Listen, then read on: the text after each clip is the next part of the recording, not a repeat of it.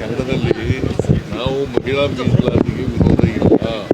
ಯಾಕಂದರೆ 23ರಲ್ಲೇ ಪಾಸ್ ಆಗಿದೆ parliament, 23ರಲ್ಲಿ. So ಅವರು ಇಂಪ್ಲಿಮೆಂಟ್ ಮಾಡಬೇಕಷ್ಟೇ.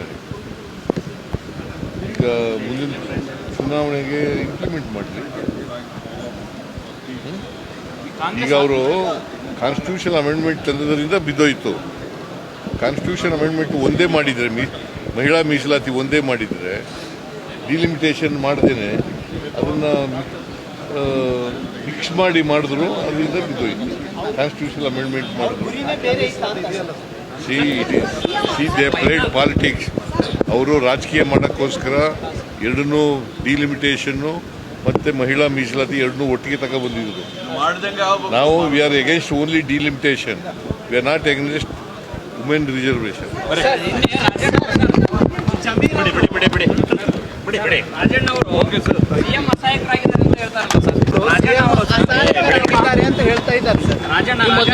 ಮೊದಲ ತರ ಸಿಎಂ ಇಲ್ವಂತೆ ಸರ್, ಈಗ ಅಸಹಾಯಕರಾಗಿದ್ದಾರೆ. ಮಾತಾಡಿದ್ದೀನಿ ರಾಜಣ್ಣ, ನಾನು ನಿನ್ನೆ ಕರೆದು ಮಾತಾಡಿದ್ದೀನಿ.